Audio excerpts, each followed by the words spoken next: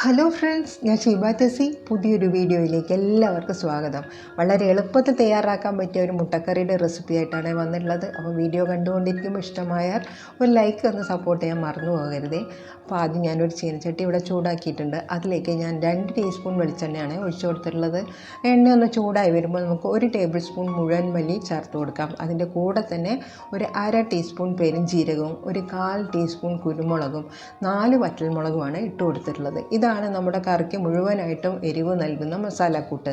അപ്പോൾ നിങ്ങൾക്ക് കുരുമുളകിൻ്റെ എരിവ് കൂടുതൽ വേണമെന്നുണ്ടെങ്കിൽ കുറച്ചുകൂടെ കുരുമുളക് കൂട്ടിയിട്ട് വറ്റൽമുളകിൻ്റെ എണ്ണം കുറയ്ക്കാം കേട്ടോ.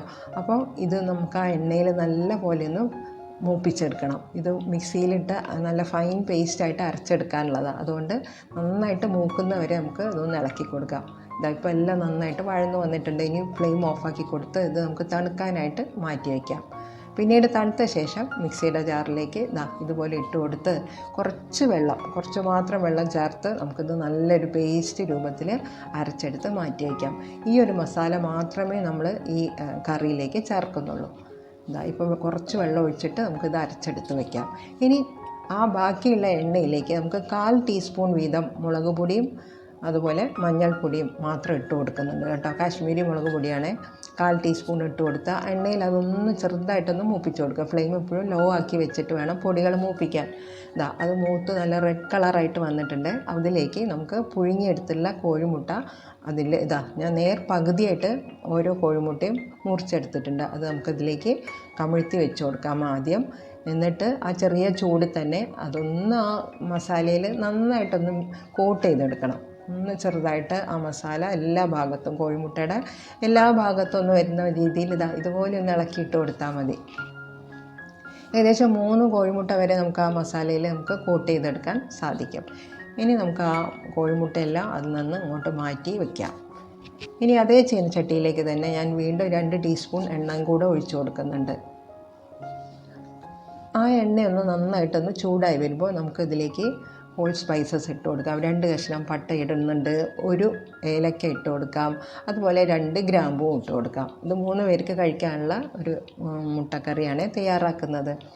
ഇനി ആ സ്പൈസസ് ആ എണ്ണയിൽ കിടന്ന് നന്നായിട്ടൊന്ന് മൂത്ത് അതൊന്ന് പൊട്ടിയൊന്ന് വരുമ്പോൾ നമുക്ക് ബാക്കിയുള്ള ഇൻഗ്രീഡിയൻസ് എല്ലാം അതിലേക്ക് ഇട്ട് വഴറ്റി കൊടുക്കാം.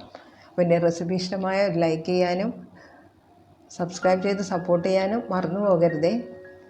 ഞാനിനി ഇവിടെ വലിയൊരു സവാള എടുത്തിട്ടുണ്ട് കേട്ടോ. അത് കനം കുറച്ച് നീളത്തിലാണ് അരിഞ്ഞെടുത്തിട്ടുള്ളത്. പെട്ടെന്ന് വഴന്ന് കിട്ടും. അപ്പോൾ അതുകൂടെ ആ എണ്ണയിലേക്ക് ഇട്ട് കൊടുത്ത് നന്നായിട്ട് ആ സവാളയൊന്ന് വഴറ്റി കൊടുക്കുന്നുണ്ട്. സവാളയെല്ലാം നല്ല പോലെ ഒന്ന് വഴന്ന് വരട്ടെ. ഫ്ലെയിം എപ്പോഴും ലോ ടു മീഡിയം ഫ്ലെയിമിൽ വെച്ചിട്ട് വേണം ഇതെല്ലാം ചേർത്ത് കൊടുക്കാൻ. ഇനി ഇതിലേക്ക് ഇഞ്ചി വെളുത്തുള്ളി പേസ്റ്റാണ്. 1 ടീസ്പൂൺ ഇഞ്ചി അരച്ചതും അതുപോലെ 1 ടീസ്പൂൺ വെളുത്തുള്ളി അരച്ചതുമാണ് ചേർത്ത് കൊടുത്തിട്ടുള്ളത്. അതിൻ്റെ മൂത്ത നല്ലൊരു മണം വരുന്നത് വരെയും നമുക്കൊന്ന് ഇളക്കി കൊടുക്കാം. ഇനി ഇതിലേക്ക് തക്കാളിയാണ് ചേർത്ത് കൊടുക്കുന്നത്. തക്കാളി ഞാൻ മിക്സിയുടെ ജാറിലിട്ടിട്ട് അത് നല്ല പോലെ അരച്ചെടുത്തിട്ടുണ്ട്. നല്ല കുഴമ്പ് പോലെ അരച്ചെടുത്തിട്ടാണ് തക്കാളി ചേർത്ത് കൊടുത്തിട്ടുള്ളത്. ഇനി അതിലേക്ക് നമുക്ക് നന്നായിട്ടൊന്ന് അത് നല്ല പോലെ ഒന്ന് മിക്സ് ചെയ്തിട്ട് ഇതൊന്ന് ചെറുതായിട്ടൊന്ന് തിളപ്പിച്ചെടുക്കാം. അപ്പോഴാ തക്കാളിയുടെയും ഒക്കെ പച്ച ചുവയൊന്ന് മാറാൻ വേണ്ടിയിട്ട് നമുക്കതൊന്ന് തിളപ്പിച്ചെടുക്കാം. ഇത് നന്നായി തിളച്ച് വരുമ്പോഴാണ് നമ്മൾ നേരത്തെ എണ്ണയിൽ മൂപ്പിച്ച് അരച്ച് വെച്ചിട്ടുള്ള ആ മസാലക്കൂട്ട് ചേർത്ത് കൊടുക്കുന്നത്. മസാലക്കൂട്ട് അതിലേക്ക് ഇട്ട് കൊടുത്താൽ അതും കൂടെ ആ എണ്ണയിലിട്ട് നല്ല പോലെ ഒന്ന് വഴറ്റി കൊടുക്കാം. ഇനി അതെല്ലാം കൂടെ ഒന്ന് വെന്ത് വരാനായിട്ട് ഞാനൊരു 1/4 കപ്പ് വെള്ളം ഒഴിച്ചു കൊടുത്തിട്ടുണ്ട്. ഈ സമയത്ത് പാകത്തിനുള്ള ഉപ്പും കൂടെ ഇട്ട് കൊടുത്തിട്ടുണ്ട്. അപ്പോൾ ഗ്രേവി എത്ര വേണോ അതിനനുസരിച്ച് നിങ്ങൾക്ക് വെള്ളം ചേർത്ത് കൊടുക്കാം. ഞാൻ അധികം ഗ്രേവി ഇല്ലാതാണ് ഈ കറി തയ്യാറാക്കിയിട്ടുള്ളത്. അതുകൊണ്ട് 1/4 കപ്പ് വെള്ളം മാത്രമേ ഒഴിച്ചു കൊടുത്തിട്ടുള്ളൂ. ഇനി നമുക്കിത് മൂടി വെച്ച് ലോ ടു മീഡിയം ഫ്ലെയിമിൽ നല്ല പോലെ ഒന്ന് തിളപ്പിച്ചെടുക്കാം. അപ്പോൾ ആ മസാലയെല്ലാം ആ കറിയുടെ എല്ലാ ഭാഗത്തേക്കും നന്നായിട്ട് പിടിച്ചിട്ടുണ്ടാകും. ഈ സമയത്ത് നമുക്ക് ഉപ്പൊക്കെ ഒന്ന് നോക്കാം, എരിവ് നോക്കാം. എന്നിട്ട് അവസാനമായിട്ട് കുറച്ച് മല്ലിയിലയും കൂടെ അതിലേക്ക് ഇട്ട് കൊടുക്കാം. മല്ലിയിലയും കൂടെ ഇട്ട് കൊടുത്തു കഴിഞ്ഞാൽ പിന്നെ നമുക്ക് നമ്മൾ നേരത്തെ ഫ്രൈ ചെയ്ത് വെച്ചില്ല കോഴിമുട്ട ഉണ്ടല്ലോ അതുകൂടെ അതിലേക്ക് ഇട്ട് കൊടുക്കാം. ഇനി ലോ ഫ്ലെയിമിൽ അത് നന്നായിട്ടൊന്ന് തിളപ്പിച്ചെടുക്കണം. ആ ഗ്രേവിയിലേക്ക് മുങ്ങിക്കിടക്കുന്ന രീതിയിൽ കോഴിമുട്ടയൊക്കെ വെച്ച് കൊടുത്ത് ഒന്ന് മൂടി വെച്ചൊന്ന് തിളപ്പിച്ചെടുത്താൽ മതി.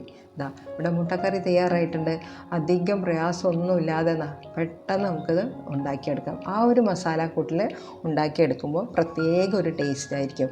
ഇത് നമുക്ക് ഏതൊരു ബ്രേക്ക്ഫാസ്റ്റിൻ്റെ കൂടെ നമുക്ക് കഴിക്കാം. പുട്ടോ പാലപ്പോ ചപ്പാത്തിയോ പത്തിരിയോ എന്തിൻ്റെ കൂടെയും കഴിക്കാൻ സാധിക്കും. അപ്പോൾ തയ്യാറാക്കി നോക്കിയിട്ട് അഭിപ്രായങ്ങൾ കമൻറ്റിലൂടെ അറിയിക്കണേ. താങ്ക്